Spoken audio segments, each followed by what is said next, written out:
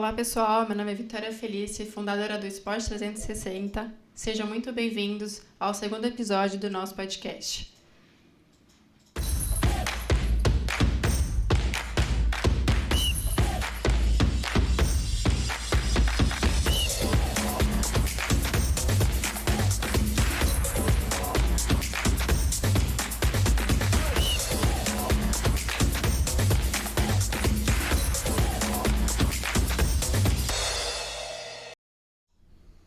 Hoje vamos mostrar como o esporte transforma vidas do tatame ao paradesporto. E para iniciar essa conversa, estão ao meu lado Thiago Valadão Fernandes, ele que hoje é treinador oficial da Seleção Brasileira de Cadetes e coordenador da Paja aqui de Atibaia.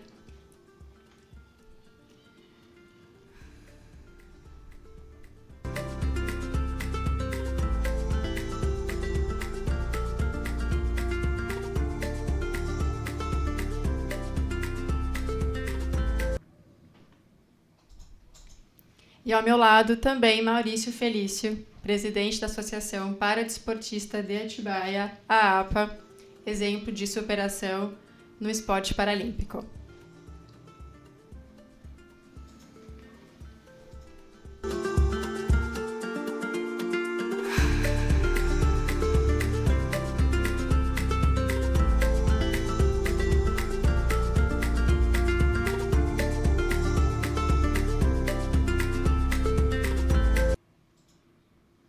Bom, para a gente esquentar um pouquinho aqui o nosso bate-papo, nossa mesa, Thiago, como que começou a sua história no judô e como que o esporte te levou aos níveis mais altos hoje, como incorporando a seleção brasileira e estando à frente aí do judô, representando principalmente a nossa cidade? Boa tarde, primeiramente, ao Maurício, a Vitória. Agradecer o convite, Vitória, tá? Estou muito feliz de estar aqui.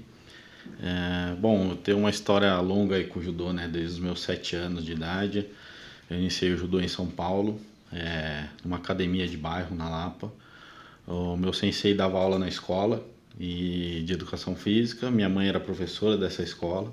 E ele, num dia no café, na sala de professores, lá na sala de reunião, ele comentou com minha mãe, fez esse convite e minha mãe achou legal a oportunidade e me colocou no judô. Então eu iniciei em São Paulo, treinei lá até mais ou menos 1996, 97, quando meus pais resolveram mudar para Atibaia.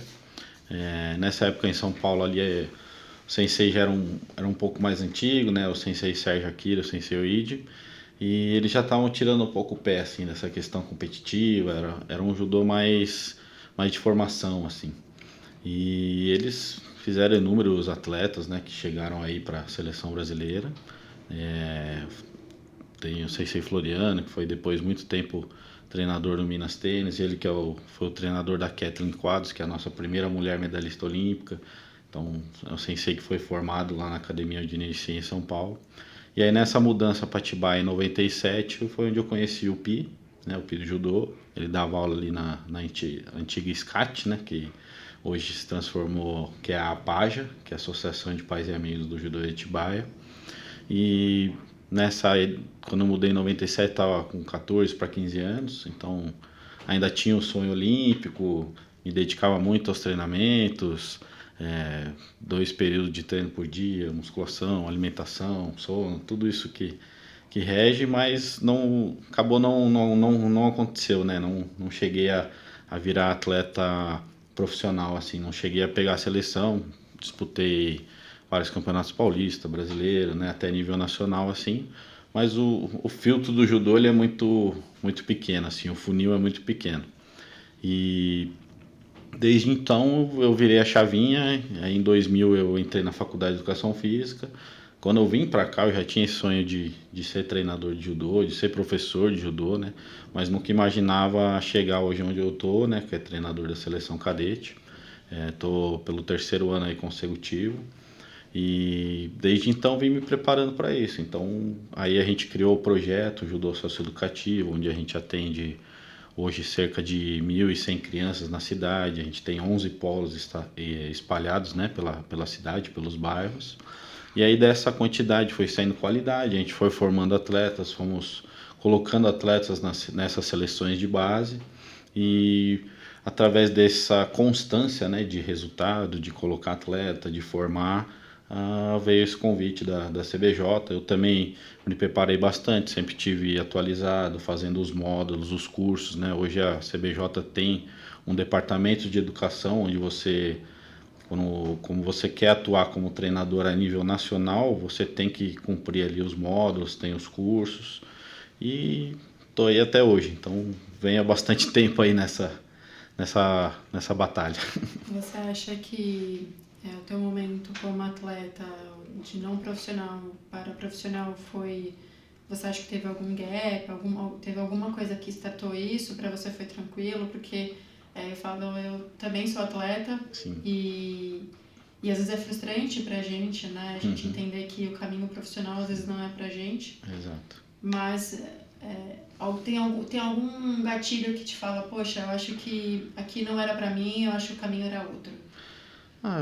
Eu acho assim, até um tempinho atrás, assim, se falava muito que o atleta de alto rendimento não conseguia ter uma vida paralela, tem que se dedicar só àquilo. E eu acho que eu não conseguia me dedicar só àquilo, eu nunca quis largar muito o estudo, sempre gostei de lidar com criança, então eu acho que foi meio natural, eu não sinto assim nenhum arrependimento, nada. Eu fui até onde dava, sabe? Eu falei, acho que aqui é meu limite, me entreguei. Eu sei que se eu quiser ficar daqui para frente, eu vou ter que sacrificar ainda mais coisas, mas eu via os atletas da minha categoria eram muito fortes, assim, já tinham um resultado expressivo internacionalmente. Que eu lutava na época na categoria do Leandro Guilherme, depois foi o Thiago Camilo, então assim, são multimedalistas olímpicos, mundiais. Então assim, o degrau tá bem alto, assim. Então, ou eu seguia para algum clube e tinha um papel secundário, assim, né? Ia ficar rodando a nível nacional, Panamérica, enfim. Ou eu tentava startar de outra maneira. E aí em 2003 eu estava no penúltimo ano da faculdade, surgiu esse convite do Pi para eu começar a ajudar ele a dar aula no clube, na academia aqui na associação, né, que era a antiga SCAT, hoje é a Paja. E aí eu falei, vou seguir esse caminho, vou tentar. Aí através da Secretaria de Educação, em 2003 também surgiu um convite, foi inaugurada a Escola Terezinha Cireira, né, lá no bairro do Caetetuba. E aí eles vieram atrás do Pi para tentar montar um projeto, né, que lá, se eu não me engano, ia ficar muito ocioso, as salas, a escola estava pronta, mas aí eles iam começar acho que só com o primeiro ano e depois desse primeiro ano essas crianças passavam para o segundo e assim que iam entrando. E aí a gente pegou uma sala lá vazia, enchemos de raspa de pneu, colocamos uma lona e eu comecei a dar aula para essas crianças no contraturno. Então quem estudava de manhã treinava à tarde e quem estudava à tarde treinava de manhã. E aí nesse primeiro ano foi um sucesso, a gente conseguiu ter quase cerca de 100 alunos ali, mas não tinha kimono, não tinha faixa, eu falei, não tinha nem tatame, era raspa de pneu e uma lona numa sala de aula.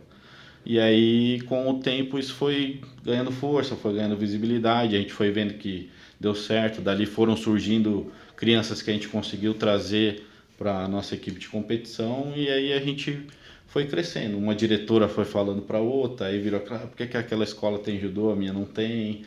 Então isso foi virando um programa. Aí você falou que esse convite que vocês receberam quando inaugurou foi de quem? Foi através da Secretaria de Educação, de um funcionário que trabalhava lá, o Laércio, na época, e ele que fez esse convite. Aí ele ajudou muito nessa questão de iniciar o projeto, né? Aí a gente foi estudando, aí eu fui largando um pouco esse lado competitivo e também fui me profissionalizando nessa área. Então fui fazer gestão, fui fazer curso de direito trabalhista para entender como é que funcionava, fui fazer curso para entender como funcionava um convênio com a prefeitura e depois com o tempo veio o marco regulatório, que é a Lei 13.019, que hoje toca todos os convênios da prefeitura. Então eu fui me especializando em toda essa outra área, né? Então hoje eu vejo assim, hoje o judô do papel, ele tem Se não tiver o mesmo peso que o judô do tatame, ele tá igual, entendeu? Ele tá, ou tá até um pouquinho mais. Porque se você não tiver o esporte ali do papel, né? Se você não tirar do papel, se não tiver como buscar o recurso, o Muito resto não vai difícil, andar. né? O recurso financeiro hoje, Exato. a gente fala que ele é fundamental para que o esporte caminhe, né? Exato. Eu vou manter mais uma pergunta, só para a gente aproveitar esse gancho. Claro. Em que momento que vocês se tornam formadores, né? Que é o selo do CBC. Isso. A gente sabe, eu participei inclusive de seminários do CBC, para que você forme atleta. Porque eu falo que você dá um degrau, né, que você sobe. Eu acho que isso muda um pouco o game.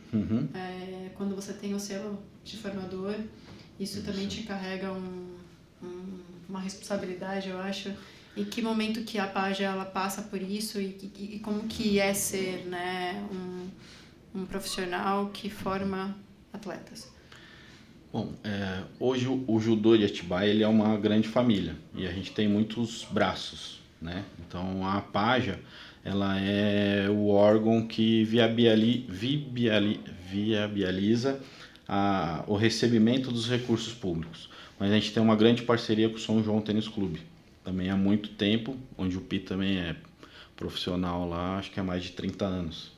E então hoje a gente é federado pelo São João Tênis Clube, mas a gente tem essa parceria com a Paja.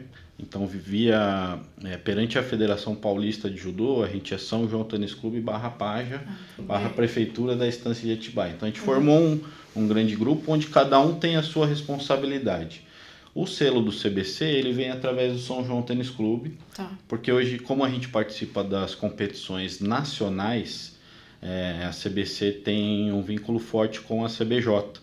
E aí ela exige que, para participar das competições nacionais, como um Troféu Brasil, o Campeonato Brasileiro, a Seletiva Nacional de Cadete, Seletiva Nacional Júnior, a Taça Brasil de Juniores, você precisa estar inscrito em algum dos programas do CBC. Então a gente inscreveu para estar cumprindo essa meta solicitada aí pela CBJ e CBC. A gente não recebe recurso da CBC, a gente não tem nada assim que vincule a gente à CBC. A gente fez só aquele cadastro eu não lembro se é clube aspirante, tem várias modalidades lá. É o que a gente fala mais básico. É isso, o mais né? básico. Porque o São João, hoje ele só tem, a página a gente só tem a modalidade de judô. Então exige para você receber mais recursos, que aí tem lá o direito das passagens aéreas, tem a questão até dos editais lá, que aí você pode receber para RH, para participar de material, você tem que se vincular, e aí tem uma mensalidade, né, que paga.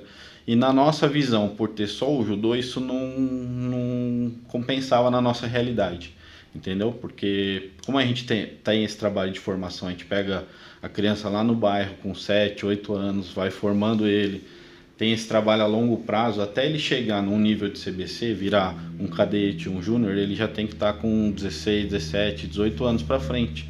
Então, para a gente não compensa, entendeu? Ter esse caminho do CBC.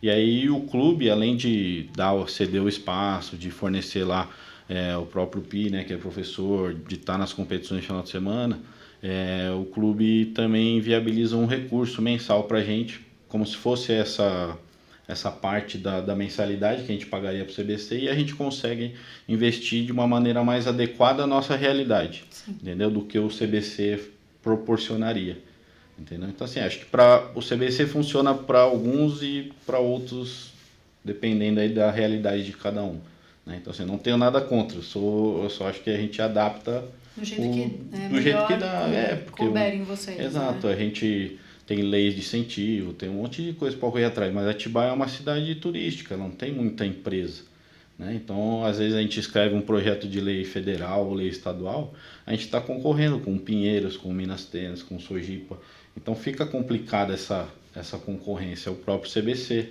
né? Se a gente pega os grandes clubes, eles vão falar, para a gente é muito bom, a gente consegue pagar o RH, mas eles têm um departamento que toma conta só de projeto. A Paja não tem um departamento que toma conta só de projeto, né? Sou eu que, além de dar treino, a gente presta esse serviço de RH, escreve projeto, presta conta. Então, assim, fica meio complicado. Eu falei, é a realidade de cada um. Então acho que cada um tem que fazer o que dá dentro da sua realidade.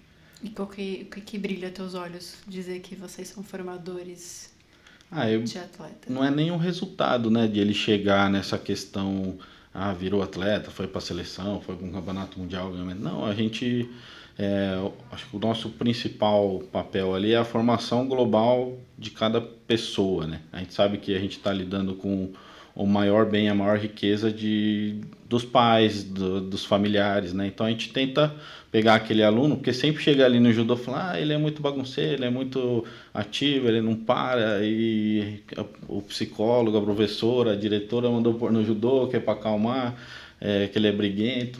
E pra gente é um prazer pegar essas crianças e ver esse resultado, né?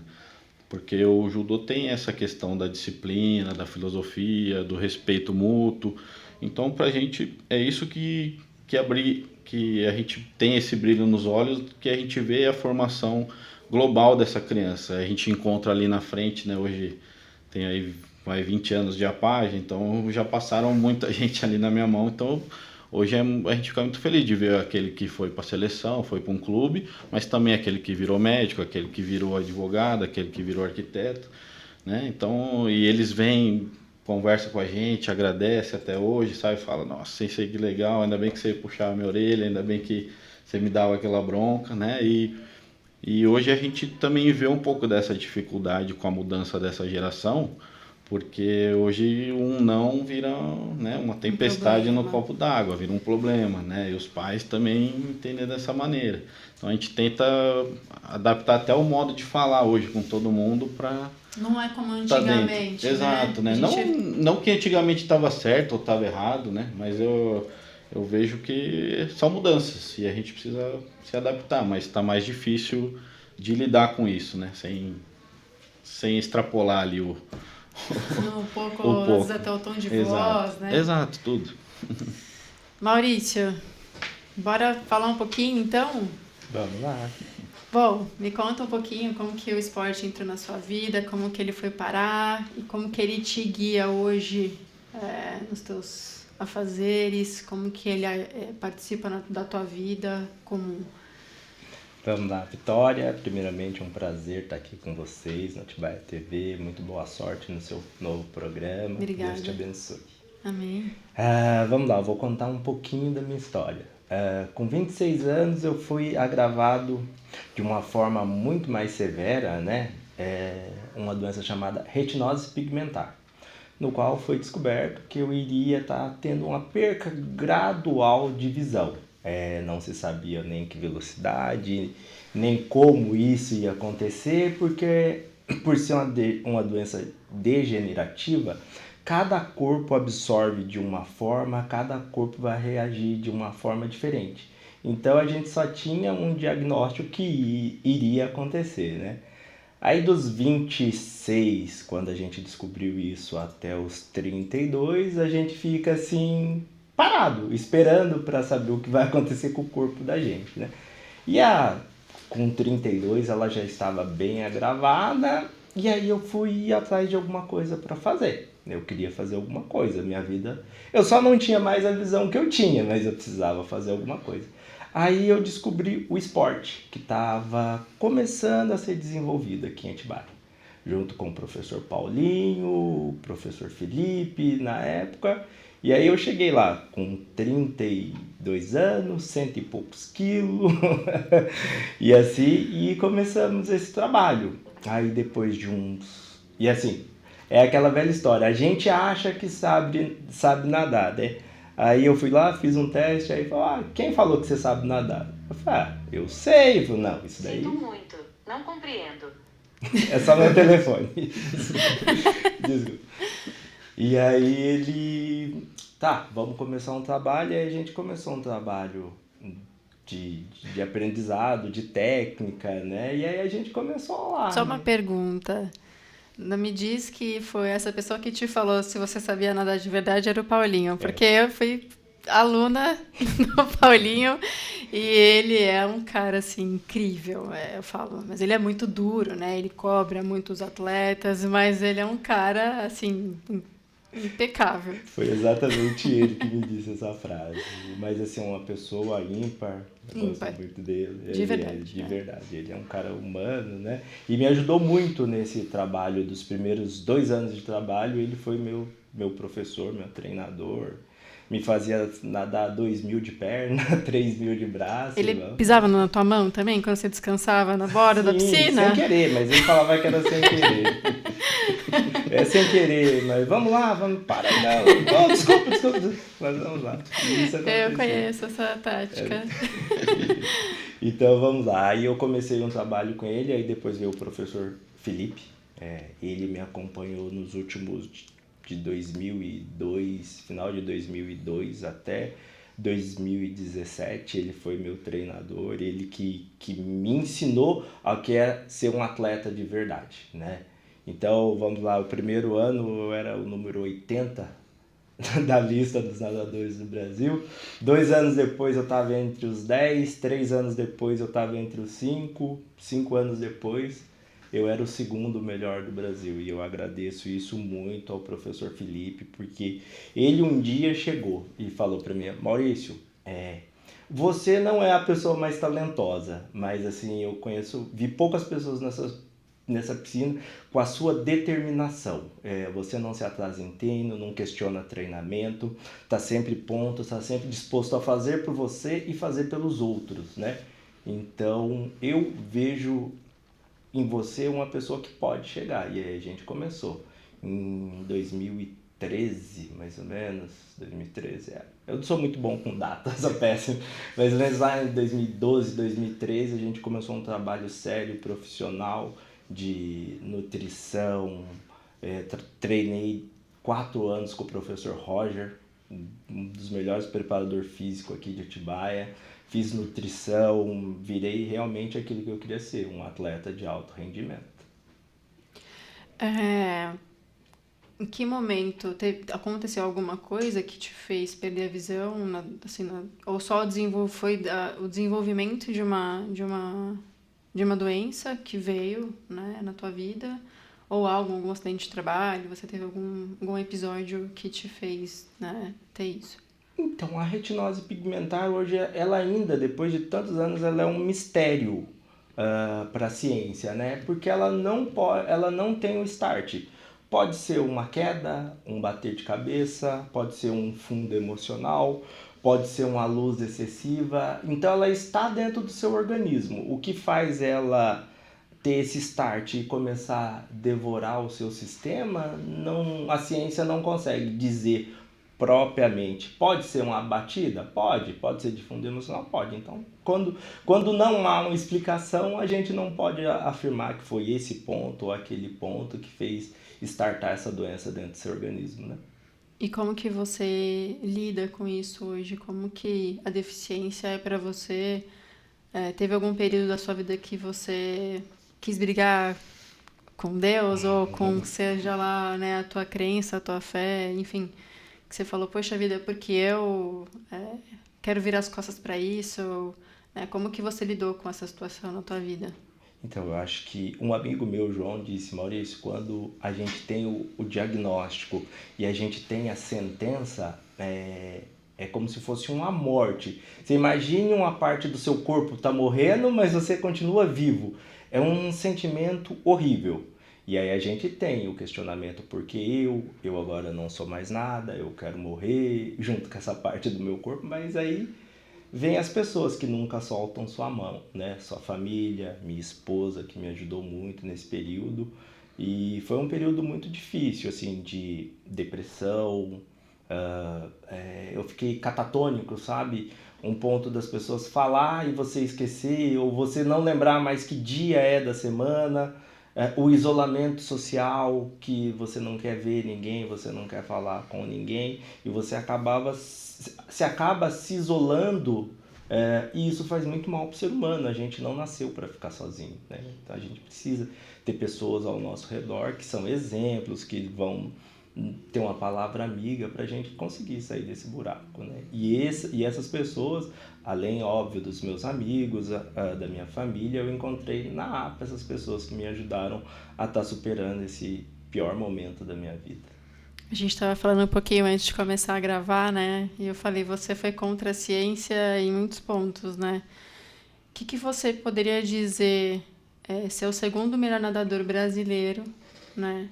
E o que te ensinou sobre disciplina e superação e você poderia contar para as pessoas, assim? Então vamos lá. Eu aprendi a nadar tecnicamente, a ser um nadador com 36, com 32. Com 36 eu estava disputando a seletiva da Paralimpíada do Rio. Então, no auge da minha carreira, entre 34 e 36 anos, eu acho que foi a minha melhor fase. Nessa idade, todos os atletas já estavam encerrando a carreira. Eu, no balizamento da seletiva da Paralimpíada do Rio, era o atleta mais velho do balizamento, assim, não é 5 anos, é 11 anos mais velho. Então, todos os atletas tinham na fase de 30, de 24, 25 anos, eu já tinha 36. E assim, e 10 anos num esporte de alto rendimento é muita coisa, é muita diferença, né?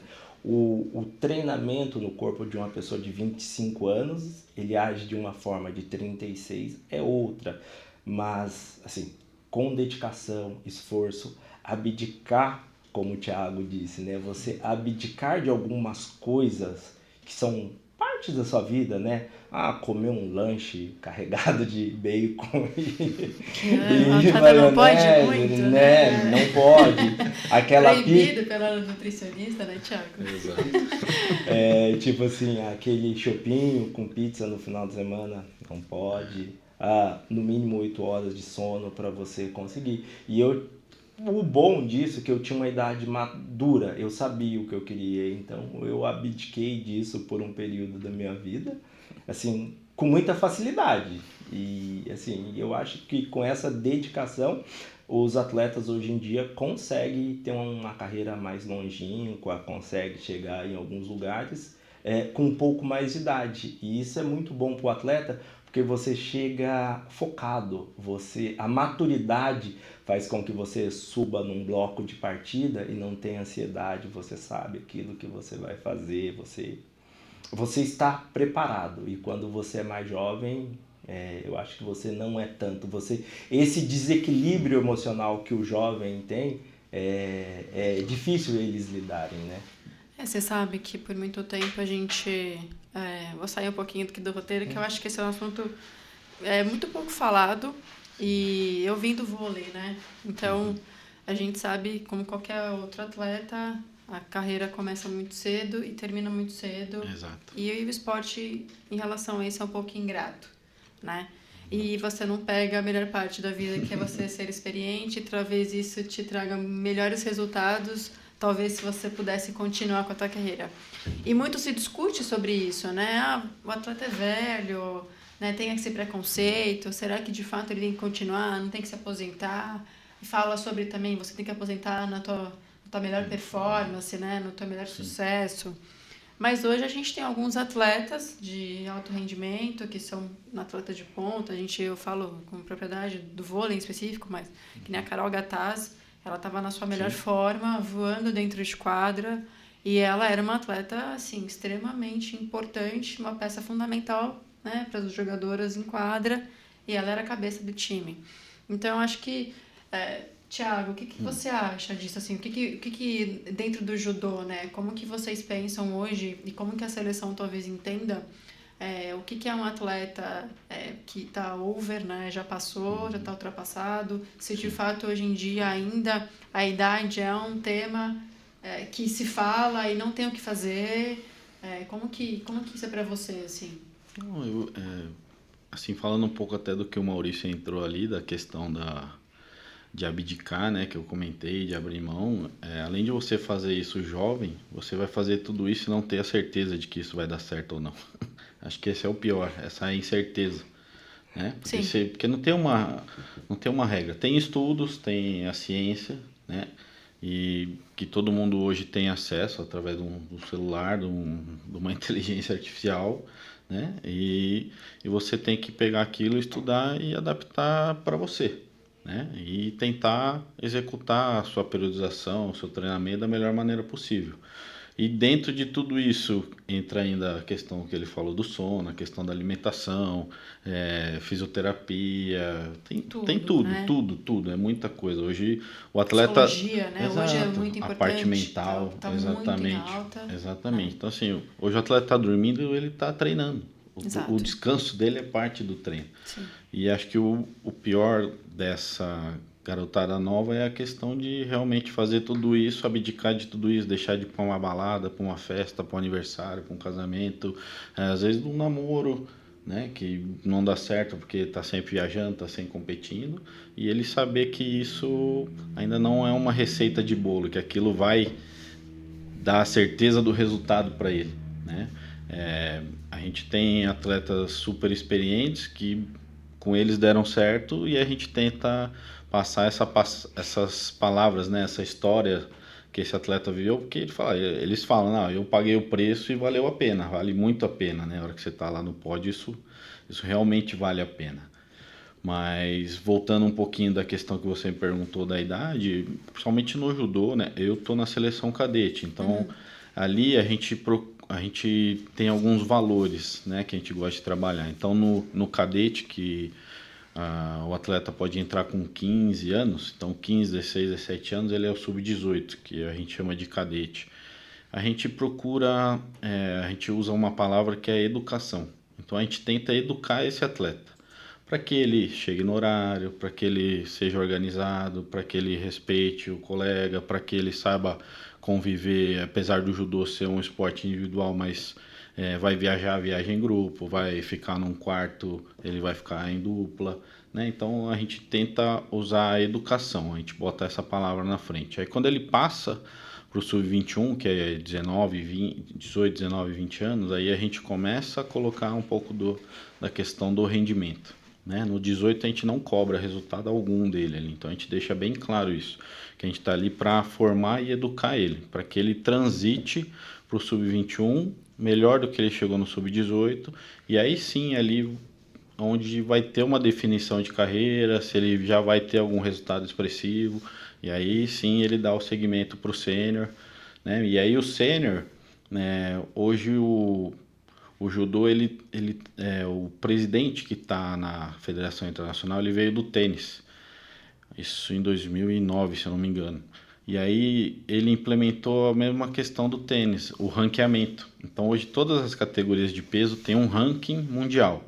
E aí para você pontuar nesse ranking mundial, você precisa participar das etapas internacionais. Então o atleta, ele faz um processo nacional para ele entrar nesse sistema.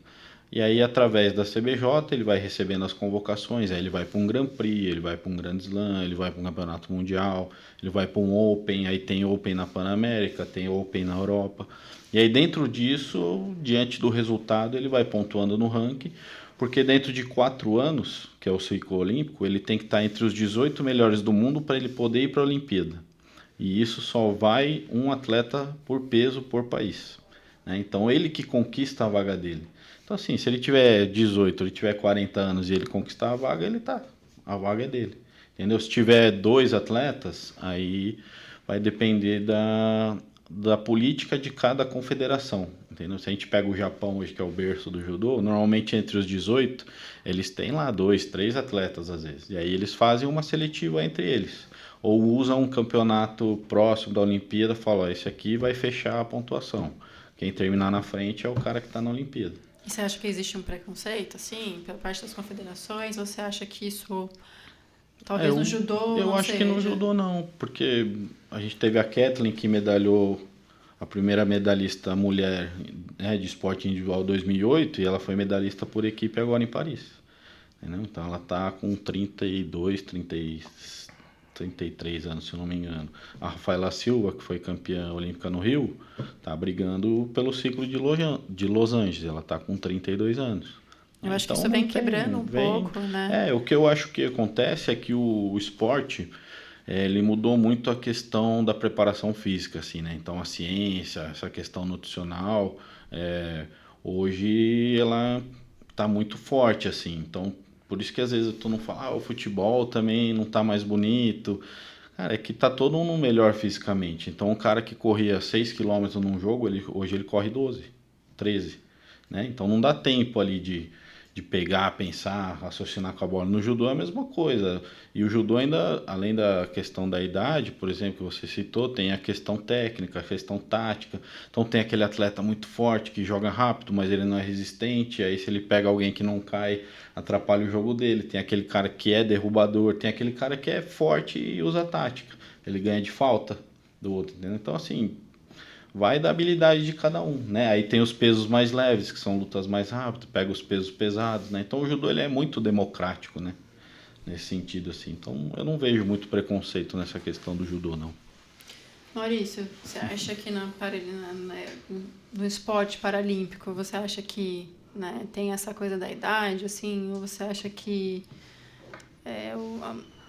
o modelo paralímpico ele segue um padrão um pouco diferente do convencional em relação a isso? Ou você acha que não? E como que você pensa? Então, o movimento paralímpico, ele era, quando eu comecei, você via pessoas lá para atleta, a partir de 25 anos.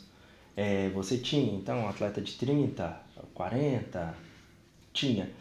Hoje, você já encontra atletas que eles já têm a cabeça de atleta com 17, 18. A gente tem aqui em Atibaia alguns atletas que a gente formou lá na associação que com 12 anos eles já tinham o objetivo de ser um atleta paralímpico, porque eles viam na televisão, gostavam do movimento, eram reconhecidos por esse movimento que a gente começou. O caso da Bia, a gente começou um trabalho muito bom com ela com 7 anos, com 15 ela já era uma das melhores do Brasil.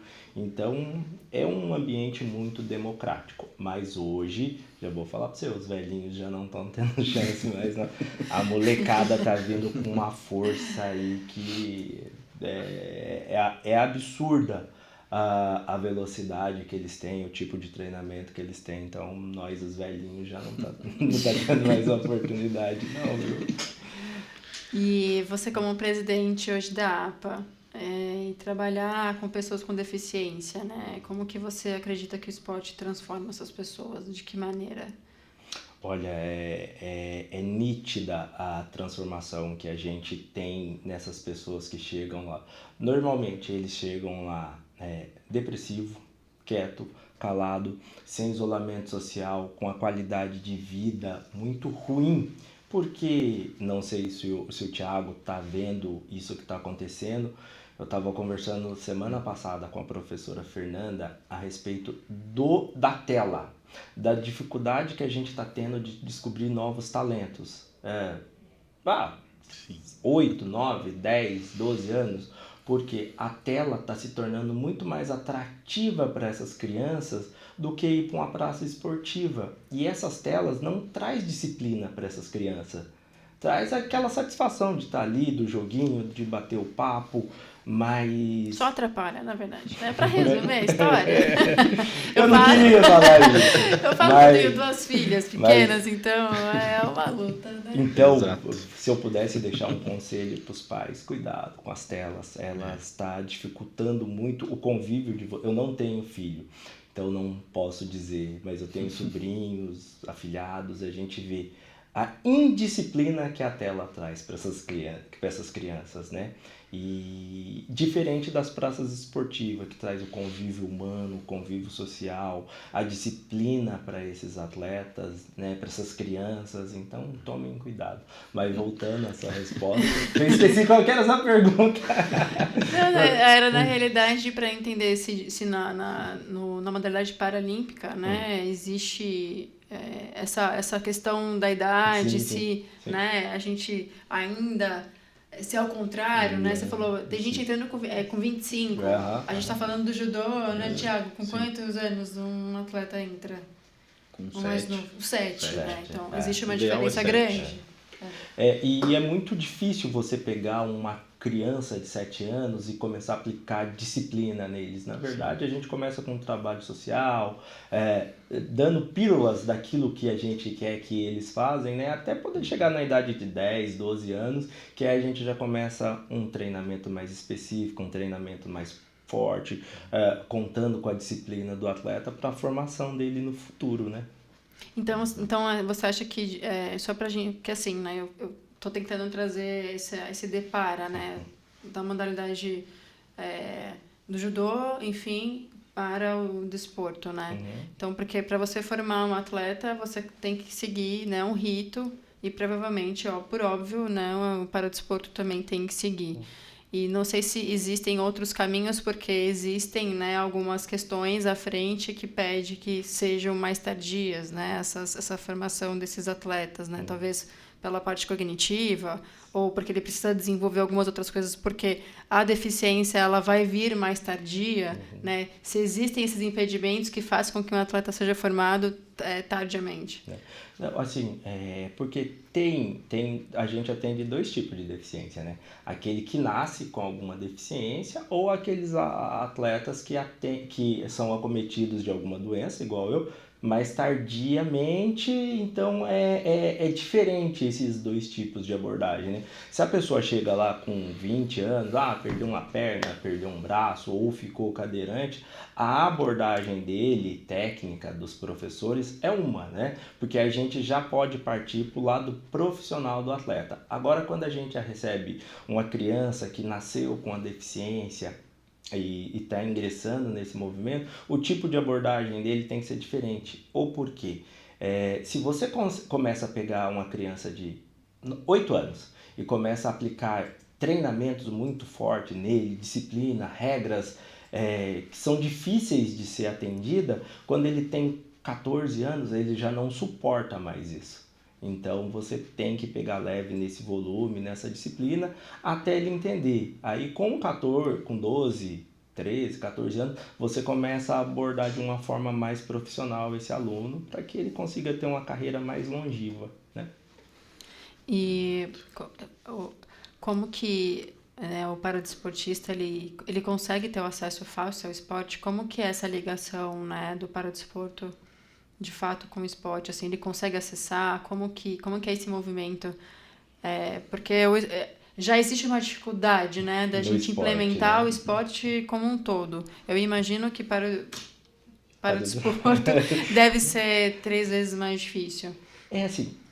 São 2 pontos, né? A criança abaixo de 15 anos, geralmente ele é levado pela mãe. E eles chegam lá todo emburrado porque eles não querem estar ali. Então a mãe geralmente vai dar alguma coisa em troca para ele treinar e ali 2 vezes por semana, né? A pessoa de mais de 20 anos que chega ali, ele já chega com um foco já meio determinado. Eu quero uma qualidade de vida, aí, gostei, pessoas bacanas, eu quero ser um para-atleta. Aí essa formação já é um pouquinho mais fácil e um pouquinho mais dinâmica, né? Mas geralmente é esses dois públicos que a gente atende.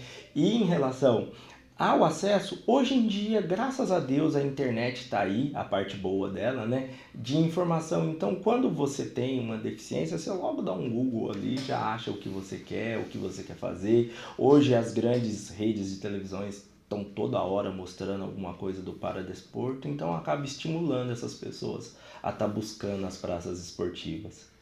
Legal. Tiago, a gente viu que recentemente você participou do treinamento internacional em Pinda, né? Isso. Conta pra gente como que foi essa experiência e depois conta pra gente também a sua indicação, a CBJ. Você foi observador dos Jogos da Juventude, né? Isso. E foi tudo em setembro agora, né? Foi tudo em setembro. Errada. Isso. Conta pra gente como que foi essa experiência. Bom, esse treinamento ele acontece já anualmente, né, no Brasil. Pinda hoje a gente chama que é a segunda casa ali do judô brasileiro. Ele tem um resort ali e fica bem localizado, então tem toda a infraestrutura lá, já tem essa parceria com a CBJ, acho que desde de Rio 2016 eles começaram a criar esse tipo, né, de parceria.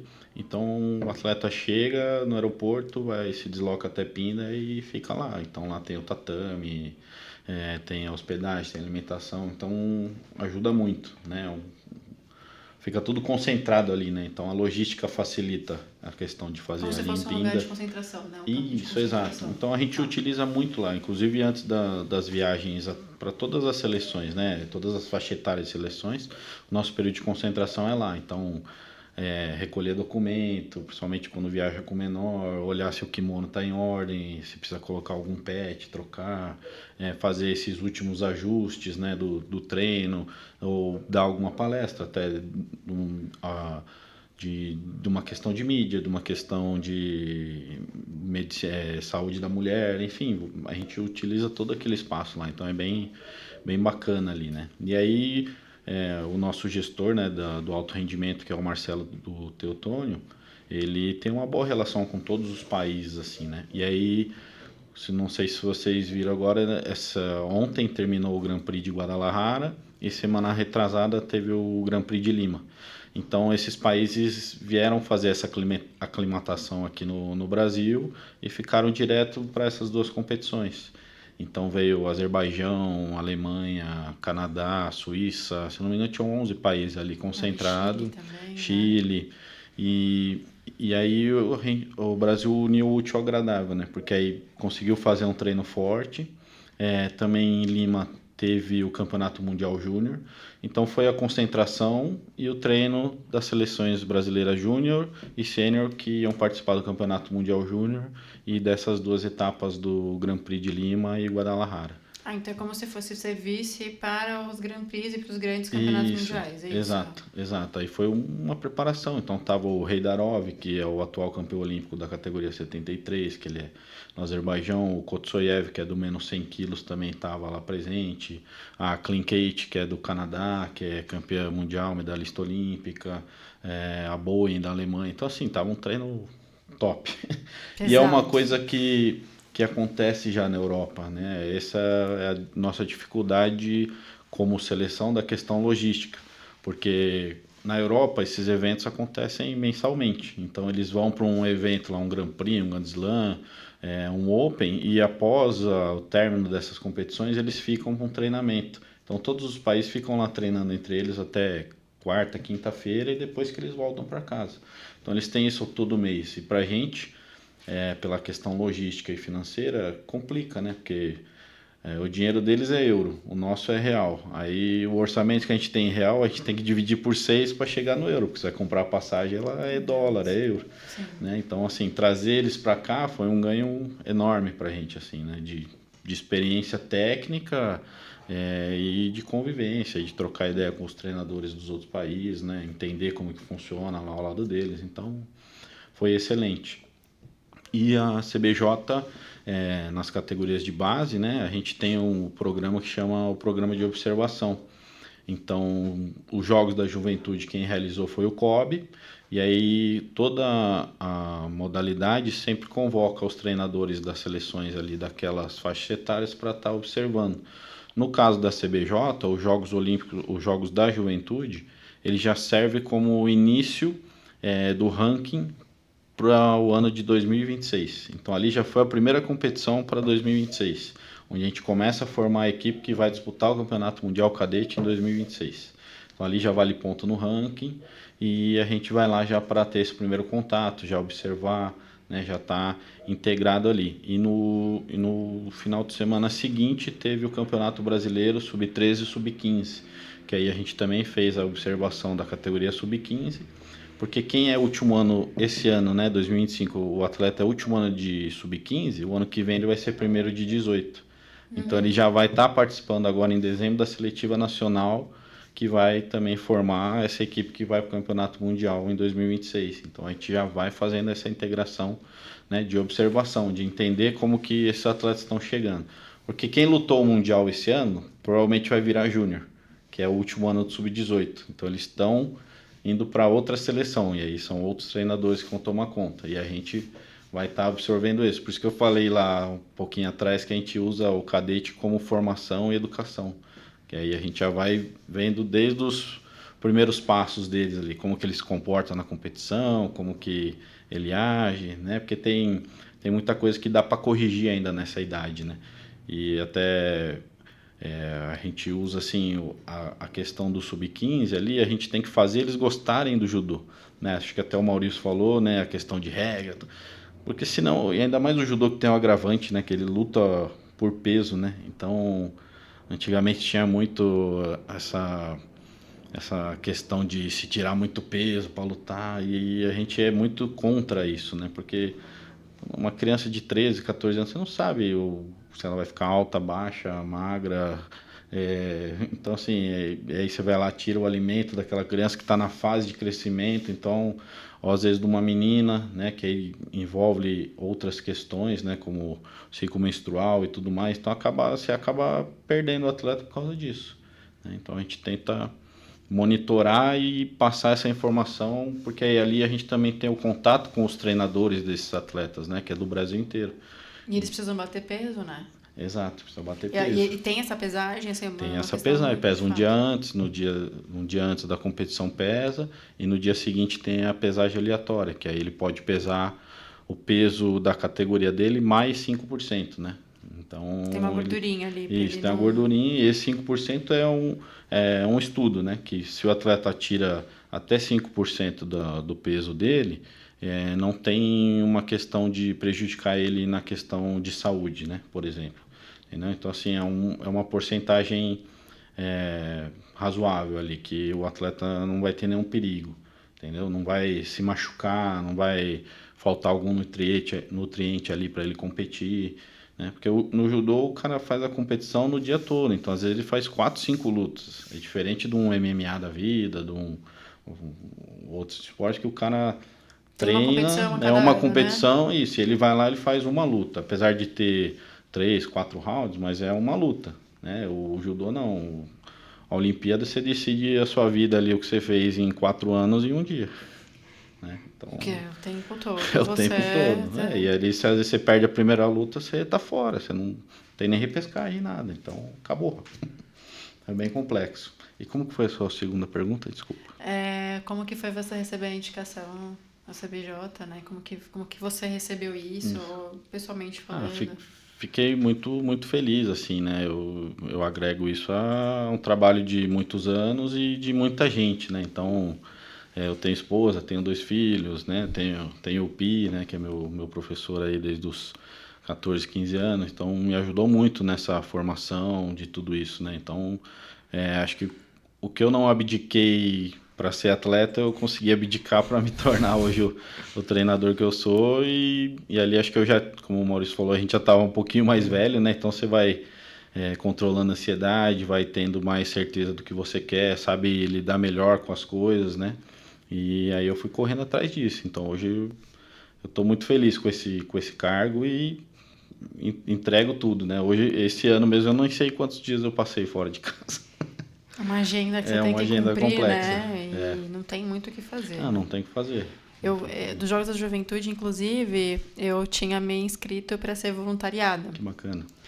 Eu não consegui por conta de agenda, acabou que eles me passaram, tinha sido aprovada, tudo, Sim. mas eu estava muito empenhada, né, de Sim. participar como voluntária para você entender o sistema, porque os Jogos da Juventude tem uma proporção gigantesca, né, as delegações chegam, são muitos atletas de vários Sim. lugares, e é muito sério o trabalho que o COB faz com isso, né? Exato. Mas eu não consegui participar, mas eu tenho certeza que de fato Sim. foi dias intensos, né? Sim. E principalmente quando você fica observando, você tem um trabalho, acho que dobrado para isso, né? Exato, ali estava eu e a Maria Portela, né, que hoje ela é a treinadora do feminino, e são 4 áreas de competição e a gente fica observando o luta a luta, e ainda lá a gente faz uma estatística, né? Então a gente tenta ver o golpe que o atleta jogou, se foi em pé, se foi deitado, se ele conseguiu transitar. A gente faz um scout. A gente chegou a avaliar, se eu não me engano, nos 2 dias, quase 500 lutas. A gente conseguiu avaliar e aí tudo isso a gente faz um levantamento e no ano seguinte é apresentado no congresso técnico, né? Que sempre antes da competição tem o congresso para confirmar os atletas e tal. E aí a gente faz essa palestra apresentando, o ano passado foram esses os números do masculino, esse do feminino, né? A gente precisa melhorar isso, aquilo. E aí a gente vai juntando. E aí isso é feito um documento, né? A gente publica no site da CBJ. Então, assim, é bem bacana, assim, o trabalho, né? E dá resultado, né? Porque a gente vem fazendo isso há alguns anos e esse ano a gente a gente teve o melhor resultado da história da seleção cadete, né? No Campeonato Mundial. Foram 2 ouros, uma prata e 2 bronzes e ainda ficamos em quinto no por equipe. Muito Que legal. foi na Bulgária em agosto. Muito Não. legal. Maurício,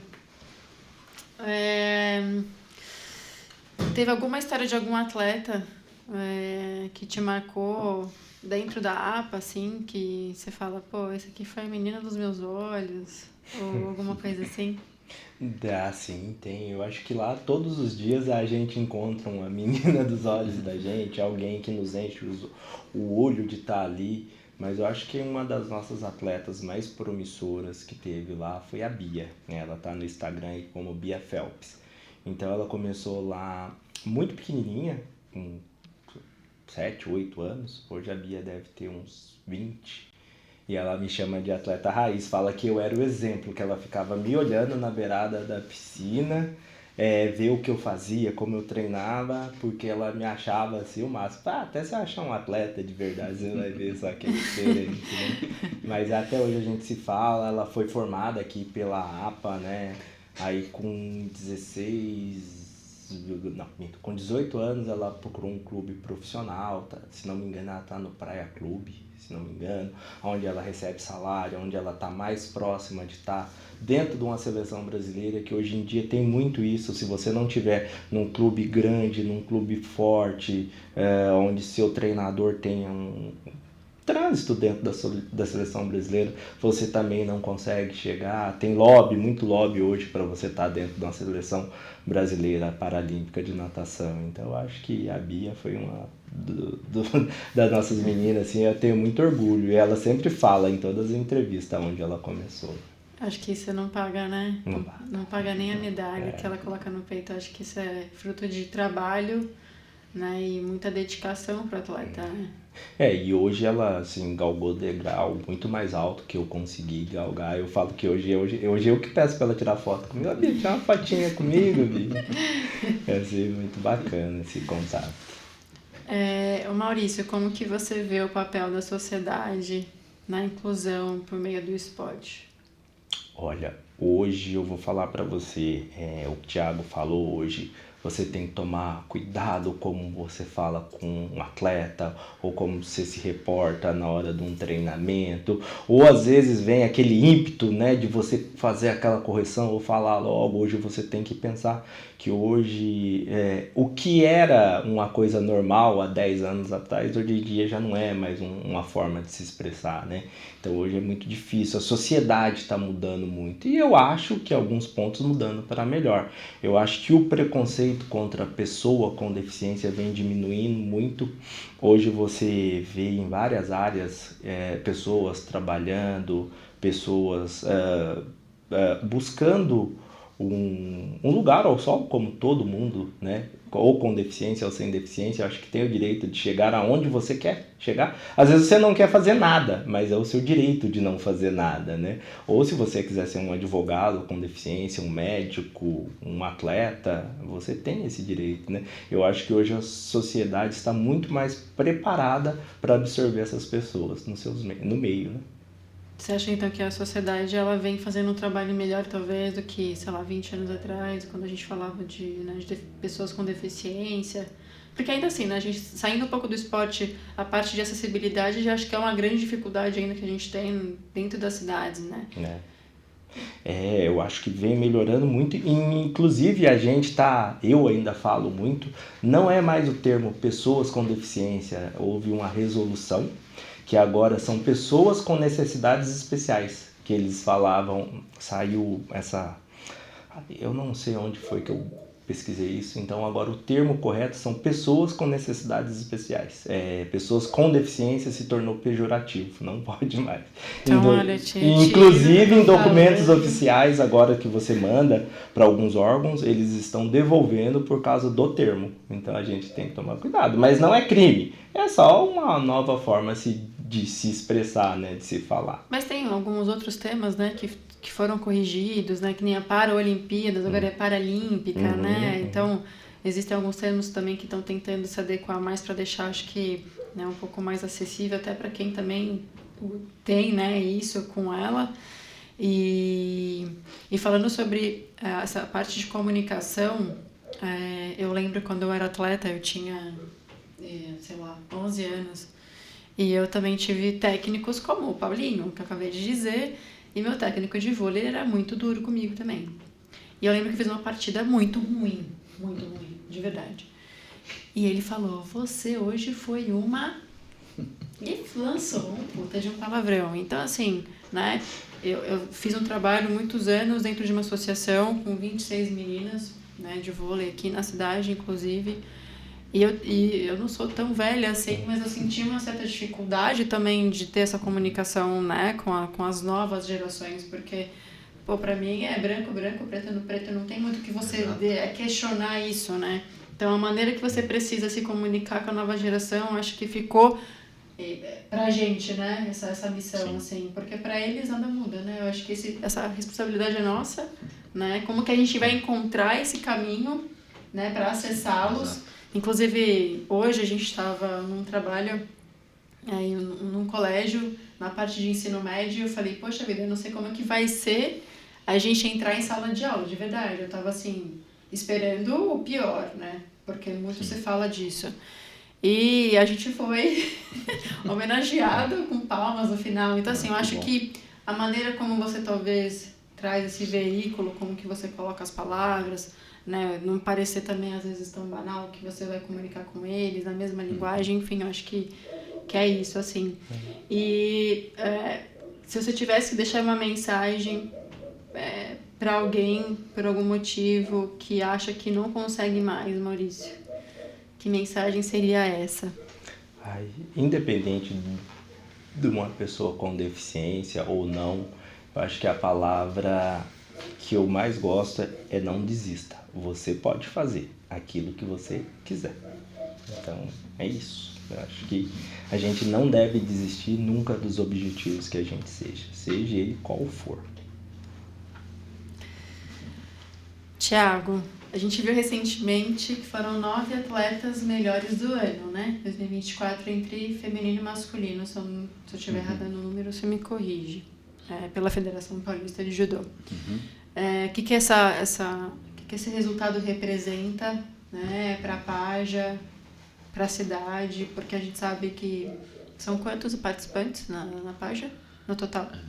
Hoje a gente tem 2 projetos, né? Então tem o sócio educativo, que é o que a gente atende, a gente leva o judô para o bairro, né? Porque o judô, como eu falei lá um pouquinho atrás, ele é democrático. Então, às vezes, você tem um espaço coberto, você monta o tatame e você tem aula de judô. É difícil, que nem o esporte do Maurício Alexandre, não dá para levar uma piscina para o bairro. Sim. Né? Então, o judô ele tem essa facilidade de ter essa democracia. Então, nesse projeto hoje, em parceria com a prefeitura, né, através do chamamento público, a gente atende 11 bairros, né, 11 polos. Bairros são mais porque tem os polos que ficam entre os bairros, né? Então a gente tem 11 polos e a gente tem cadastrado 1.115 alunos que a gente atende nesse projeto. E aí, fora esse projeto, a gente tem o projeto que acontece pelo Programa Municipal de Incentivo ao Esporte, que é a lei de incentivo ao esporte, né? Que é onde as empresas repassam uma porcentagem do ISS que elas teriam que pagar para a prefeitura. Na verdade, a prefeitura abre mão de receber uma parte desse ISS e repassa para a gente. Aí a gente tem cerca de 100, 110 atletas, que é a nossa equipe de competição. E aí vai do sub-9 ao sênior, e aí eles participam anualmente aí, desde campeonatos regionais até um campeonato mundial, como foi o caso do César, que foi para a Bulgária esse ano em agosto agora comigo, né? Então a gente tem quase 1.300 crianças, adolescentes, pessoas atendidas durante o ano de 2025. E eu falo isso, né? Eu te perguntei de número, né? Porque quando lá atrás eu estava iniciando no esporte, né? Eu sempre gostei muito do esporte, sempre presente na minha vida inteira. E você vai entendendo que talvez você tenha 1.300, mas o que talvez se destaque de fato para a competição são 2, 3 ou 4. Exato. E isso, né? Sim, hoje, quando as pessoas vão falar, a gente tem um filtro, né? Então a gente tem 1.000 e a gente levou um para o Mundial. Porque também só cabe um, né? Não, você pode ter um por peso, tem os pesos masculino e Sim, feminino, mas né? cada, Mas né? nessa categoria só caberia um. Mas eu digo, né, pra gente filtrar ali e fazer e trazer. E assim, é um trabalho de continuidade, né? É uma preparação a longo prazo, né? Que a gente chama assim. Então o César hoje foi mundial e está com a gente aqui desde os 11, 12 anos. Né? Então assim, é um trabalho longo. E como Que que é foi muito, receber né? esses melhores do ano, assim? Pra gente é muito gratificante, né? É muito legal essas premiações porque elas incentivam essa garotada, esses que recebem a premiação serve de exemplo, serve de exemplo para os que estão iniciando e estão vindo atrás. Como o Maurício falou da Bia, né? Que via ele lá treinando e ele serviu de exemplo, esses atletas aí são iguais, né? Servem de exemplo os demais e a gente usa isso, né? Como uma ferramenta de tentar motivá-los, né? Como hoje tem essa questão da tela que vocês tocaram há um tempo atrás. Então, assim, tá tudo mais complexo, mais difícil de lidar, né? E aí a gente tenta trazer todos esses exemplos positivos para essa garotada jovem. Não é porque o César foi para o Mundial, mas ele passou por um momento ruim, ele machucou, né? Teve que fazer fisioterapia. Então, assim, tem vários fatores que a gente não controla ali, né? Então, como eu falei lá atrás, a gente tenta trilhar e passar o melhor caminho para todo mundo. Não, nem tudo vão ser flores, né? Vão ter as dificuldades como na vida, como qualquer pessoa que queira seguir uma profissão. Um dia o trabalho vai estar bom, outro dia vai estar ruim, vai estar mais puxado. Enfim, mas pra gente como associação assim, só ver que a gente está no caminho certo e que a gente pretende dos 9 virar 20, 30 e cada ano melhorar, né? É isso que a gente busca. Não tá aqui no meu script de perguntas, mas eu acho que é legal a gente falar, pra gente depois encerrar. É como que você enxerga o patrocínio hoje, né? Como ele é importante para o esporte e como que você vê isso, assim, na realidade, no papel. Porque eu vim de uma associação, eu sei o quanto é difícil você ter patrocínio, investimento, recurso financeiro para a coisa rodar. E como que vocês conseguiram construir isso, como que é a relação de patrocínio, como que vocês entendem. Depois eu sigo para o Maurício, a mesma pergunta. Tá. Como eu falei, a Paja esse ano está completando 20 anos, né? Então é um trabalho de muito tempo, né? Então a gente está construindo isso há bastante tempo e aí acho que o nosso trabalho, a nossa transparência, a ajuda de vocês, né, da mídia, assim, é essencial. E isso que foi alavancando o nosso trabalho, né? E aí através disso a gente foi correndo atrás, batendo de porta em porta, né, mostrando o trabalho. Ó, a gente atende tantas crianças assim, assado, né? E a gente tem esse tipo de lei, dá para vocês ajudarem por aqui. Mas tem empresa que não recolhe ISS no município, você pode ajudar de outra maneira. Às vezes o Colégio Atibaia dá a bolsa para os nossos alunos, entendeu? Então assim, a gente tem vários apoiadores, vários patrocinadores, a própria prefeitura, né, que a gente não pode deixar de falar, sempre tá com essa lei de incentivo ao esporte que tem, ela é de 95, né? Então assim, é uma lei muito antiga. Eu acho que por essas pessoas que trilharam esse caminho lá atrás, que hoje a gente tem, né, um pouco, não digo de sossego assim, né, mas a gente consegue trabalhar melhor, né, consegue proporcionar uma atividade melhor. E aí a gente, como associação, a gente foi se estruturando, vamos seguir por esse caminho ou vamos pelo aquele, né, uma coisa foi puxando a outra e todo mundo se uniu ali e cada um foi fazendo um pouquinho. Então muita gente ralou, muita gente comeu o osso, né? E agora hoje a gente está conseguindo entregar o melhor para essa sociedade e é isso que a gente tenta também falar para eles, né? Não é, digamos assim, jogar na cara e falar, ó, você tem isso, tudo de mão beijada. Não, mas, cara, você tem isso, valoriza, né? Tem lugar que não tem lugar que, meu, você tem que pagar a inscrição, você tem que comprar seu kimono, você tem que pegar seu carro e ir pra competição. E aí hoje não, hoje aqui a gente consegue oferecer tudo isso diariamente, inclusive nos treinos. A gente tem uma van que pega a criança lá no bairro do Tanque e traz pro treino. Acaba o treino, leva embora, entendeu? Então assim, a gente conseguiu estruturar e graças ao orçamento que a gente tem hoje, né? Hoje todos os patrocínios que a gente tem através da lei de incentivo, né? Que deixa que a empresa precisa entender que ela não está tirando um recurso a mais do que ela já pagaria para a prefeitura. É só uma porcentagem que, em vez de ela pagar para a prefeitura, está destinado a um projeto que ela consegue saber para onde o dinheiro está indo, né? E a gente, como associação, né, como OSC, a gente tem o dever de pegar esse dinheiro que é público e aplicar ele da melhor maneira possível, fazer ele chegar onde ele tem que chegar, né? Então é isso que a gente tem feito e acho que essa transparência, esse trabalho de muitos anos que a gente tem hoje, todos os patrocínios que a gente tem hoje. Maurício, pra gente, que eu acabei de tomar um pito aqui, sabe? Que eu acho que eu passei um pouco do tempo. O Kaká é bonzinho, fica de boa. Né? Pra gente fechar, assim, eu acho que depois são perguntas mais pontuais em relação a... pra gente encerrar. O que você acha aí dos patrocínios? Como que ele é importante, principalmente, né, para o desporto? Como que é isso? Vamos lá, o que o Thiago falou, questão de curso, de estudar, de saber como agir com dinheiro. A gente também tem duas fontes pagadoras, né? O termo de colaboração, que você pode ir até um ponto com esse dinheiro.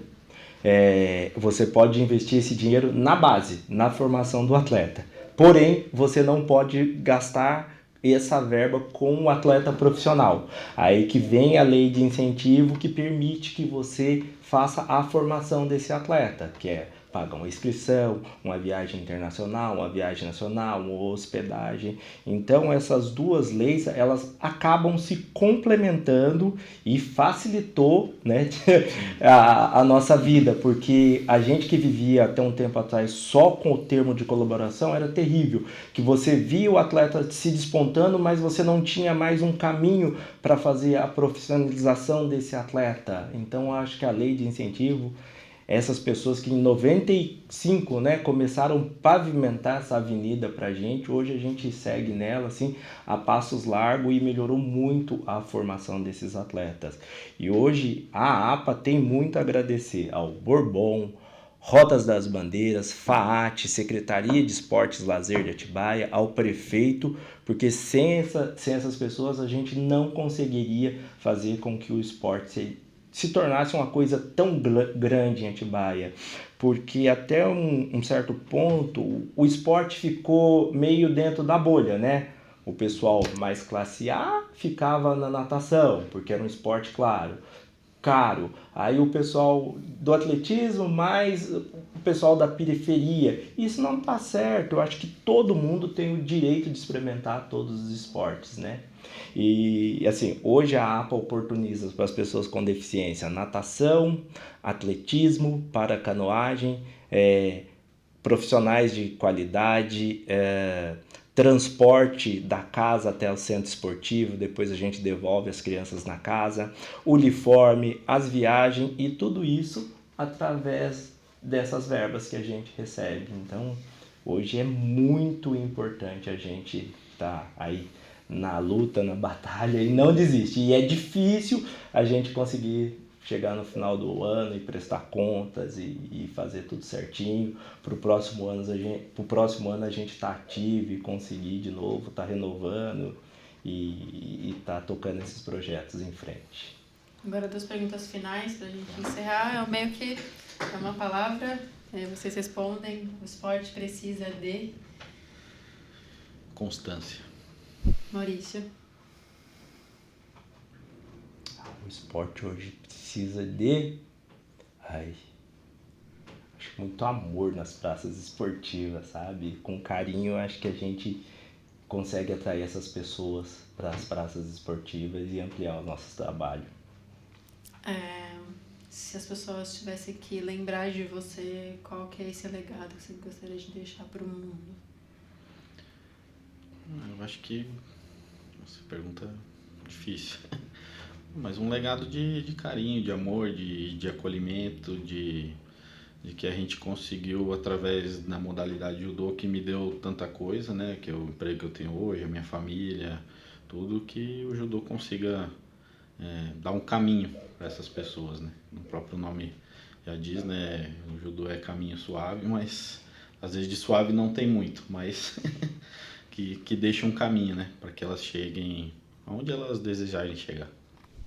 Maurício, sua mensagem está indo para um outdoor. E todo mundo vai ver essa mensagem do mundo. O que você queria que passasse nesse outdoor? Pô, esse cara aí foi um grande atleta e um exemplo pra mim. Gente, queria muito agradecer a presença de vocês nesse segundo episódio. É muito gratificante para mim, em especial, né, ter vocês ao meu lado para a gente falar tanto desse amor do esporte, quanto o esporte é transformação. E, por fim, vai acontecer o primeiro seminário interdisciplinar esportivo aqui na cidade, né, em parceria com a Atibaia TV e com a Unifat. Dia 27 de outubro, às 19h30, a gente vai ter a presença, inclusive, né, do seu colega Daniel Dias, para falar um pouquinho de performance, superação, tudo que o esporte ele proporciona. É um evento gratuito e espero todo mundo lá. Vocês estão todos convidados. Maurício, eu até te peguei no pé, né, esses dias. E é o primeiro evento esportivo que vai acontecer aqui. Eu acho que a gente está sendo pioneiro nisso. A gente quer dizer que o esporte é um veículo. Sim. E não só sendo atleta. Foi o que eu te perguntei no início, né? O que te tirou do caminho. Mas ele também foi um veículo de trabalho, né? Você conseguiu trabalhar com o esporte, mas de uma outra maneira, né? Sendo um profissional da área. Então a gente quer falar isso, né, para essas pessoas, que é possível sim trabalhar com esporte de outra maneira, não só sendo atleta. E muito obrigada de novo pela presença de vocês, foi um prazer imenso.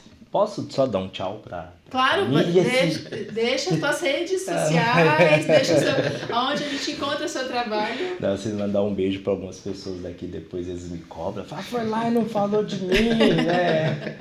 Vamos lá, queria mandar um beijo para minha família lá na cidade de Ituverava, minha esposa Suzy, aos profissionais da APA que estão sempre lá todo dia, que não desistem, que fazem um belíssimo trabalho. Eu acho que eu não vou esquecer o nome de todos os profissionais para eles não brigar comigo. Ó, professor Ederson, professor Márcio Todd, professora Elaine, professora Fernanda, o nosso muito obrigado da família APA. É sempre um prazer compartilhar da Praça Esportiva com vocês e todos os atletas. Meu vice, Denilson, que sempre está na correria comigo, e todos os atletas da Praça Esportiva. Onde eu encontro o seu trabalho? Ó, vocês podem procurar por APA Campeã, que vocês vão achar Instagram, Facebook, aí nosso trabalho está por lá. E as nossas praças esportivas estão abertas para todos vocês com pessoas com deficiência ou para quem não tem nenhuma deficiência que queira conhecer um pouco mais do nosso trabalho, apareçam lá. Thiago, tem alguma rede que a gente pode encontrar vocês? A gente tem a rede da Apaja, né? @Apaja Judô Atibaia. Aí lá tem também toda a nossa história, tudo atualizado, as postagens, tudo que acontece tá lá. Tem folder com horário dos locais, contato. É só procurar lá no Instagram que acha a gente lá. Eu também queria agradecer você, Vitória, o Kaká, pelo convite. Espero que seja um sucesso, né, o podcast aí, o 360, que vocês só tendem a crescer. Agradeço a oportunidade da gente estar aqui podendo falar um pouquinho, né, do judô, da minha vida pessoal, enfim. Do evento, já estava sabendo também, o Pi já tinha convidado a gente, já colocou no nosso grupo, já obrigou todo mundo lá a fazer a inscrição. Infelizmente eu não vou estar no Brasil, tô indo pro Paraguai quinta-feira agora e volto só na próxima terça, né, que a gente vai estar indo no Campeonato Sul-Americano, que vai estar acontecendo lá. Mas toda a nossa equipe aí já está ciente e vão estar nos representando lá e espero que seja um sucesso. Obrigada, gente. Obrigada. Obrigado, Vitória. Boa sorte.